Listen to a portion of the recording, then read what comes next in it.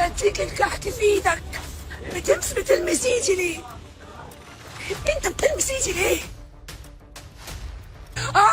معاك امن دولة. قاعدين يتكتروا عليا، يمسكوا شنطتي بقلة أدب. ده مطعم اللي اسمه ستهم، قلة أدب، ويفتحوا عليا الستارة وتقعد تبص عليا ومسخرة. ليه؟ عشان قلة أدب، وتتخشي وتمسكي شنطتي وانت بتشتغل. انت مال أهلك أنا بشتغل فين؟ انت مالك؟ هتاخدي الراتب بدالي يعني ولا ايه؟ اللي قدامك دي واحدة صحيت من النوم قررت إنها تبقى فوق كل الناس وفوق القانون وفوق الكوكب كله، وعشان لو حد نسي كانت بتقول لهم بكل ثقة أنا أبويا مستشار وأنا أمن دولة، ونازلة ضرب وشتيمة وإهانة في كل اللي يقابلها. يعني بالعربي كده أنا محدش يقول لي تلت التلاتة كام.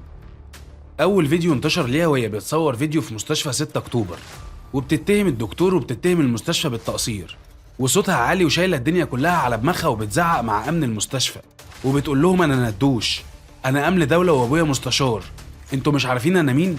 أنا هحبسكوا كلكوا. والناس واقفة ومش فاهمة أي حاجة. مرة واحدة لقوا واحدة رافعة تليفونها وعمالة تصورهم وتشتم فيهم. مستشفى اسم الاستقبال الطوارئ 6 أكتوبر بيذلوا الناس عشان يعملوا لهم تقارير وهم مرضى.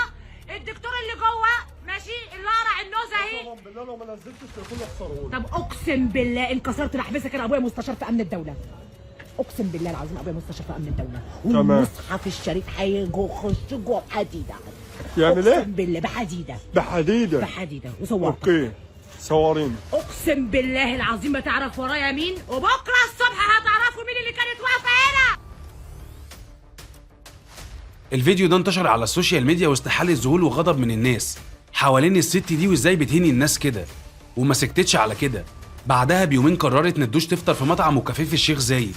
دخلت وقعدت في خيمه VIP وقلعت كل هدومها ورمتها على الارض، وواخده راحتها على الاخر كانها في بيتها بالظبط.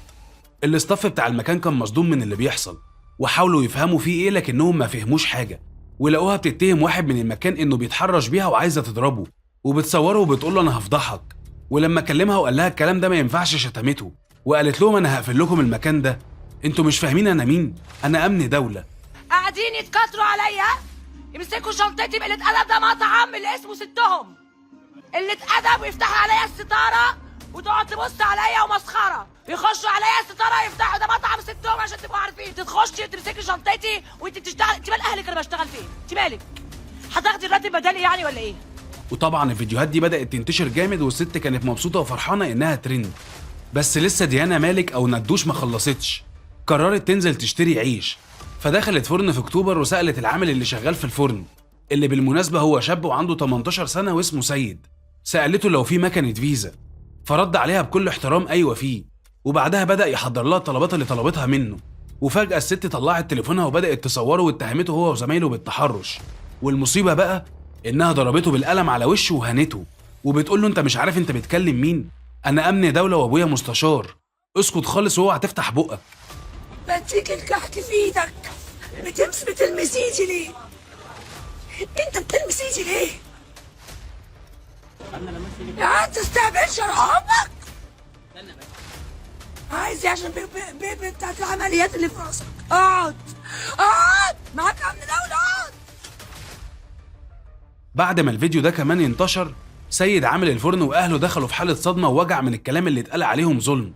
سيد نشد للامن انه يتدخل بسرعه ويقبض على الست دي، وقال انه مش هيتنازل عن حقه وان القانون لازم يجيب له حقه.